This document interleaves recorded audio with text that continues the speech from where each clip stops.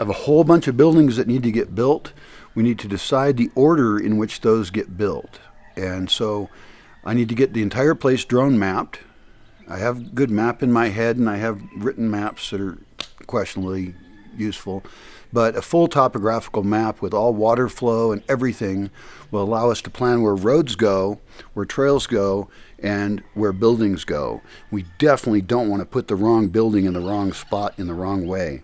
And every building has to get designed for the exact location it's in, and many of them will be dug into the hill, and there's already gullies where we could make the building in that gully watching out for water above it, because the gully got there because of water. And so we're going to drain all the water away from it above the building to go elsewhere into pools and things, and for wildlife, and get captured, some for rain capture, making sure that we don't cause something that is structurally not sound because we didn't plan for the water. And then I don't know the order exactly. I know that I need gatehouses at the gates, and those are remote, so that's a different role as well, that somebody needs to staff that building, probably a group of 4 to 6 people. So plan for a little tiny town at the gates, and plan that really, really well. Then there's the sauna, which I've mentioned in different videos. That's to keep people clean. That is a shared sauna, and there'll be more than one of those. That reduces water use. We need buildings for animals. We need housing. We need probably a dorm.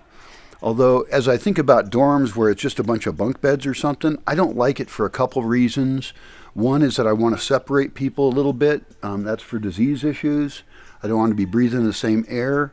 And also, I don't want to sleep in a dorm. I mean, we can build a dorm as part of the system. We could have a place. Let's say we did have a space that accepted bikers or something, cyclists, and that was a separate kind of campground for them. And I want, I have all the way up to, from tiny huts that just have the basics for a hermit to live in for a while and just have a nature experience, all the way up to buildings that can have 50 people in them comfortably without a lot of noise conflicts because they're built to be noise insulated, full rain capture, businesses related to it. So that's way outside the scope of anything I can do right now, but that's okay. All we have to do is know where it goes and then not plop some other building there. Because any building we put somewhere reduced our options for what we can use that place for. Retrofitting sucks. And we can always build part of a building to begin with, knowing we're going to put more of it on there later. That's okay. That's very smart. But we have to have those locked down. I need people who are good with CAD CAM to draw these buildings up in detail. I want to share many of those projects with people. One of the benefits of this project could be to share fully ecological buildings with people, built with local materials, built by people who don't have to be fancy-ass building experts, and not use any materials that are really hard to get. Because a lot of these fancy buildings are energy certified, LEED certified and stuff. They're built outside the range of what normal people can build. I don't want to do that. And I want to build only buildings that last a really long time, which probably means that there's going to be concrete involved. I mean, in my crazy fantasies, I would love to get a concrete sprayer and be able to make monolithic domes. There's also Binny domes out of California, which I know less about. Monolithic domes are out of Texas.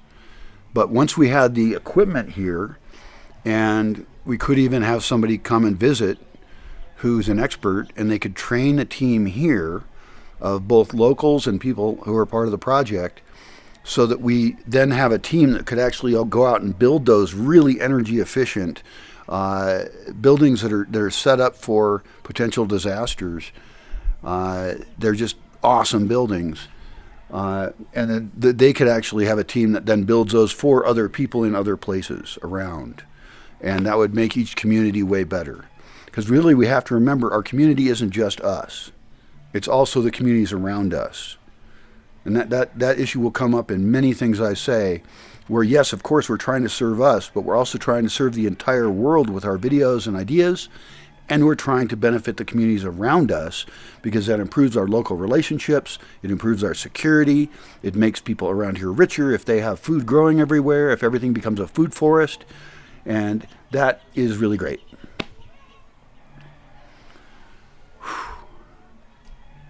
And yeah, we'll start with smaller buildings because that's what's going to work at first.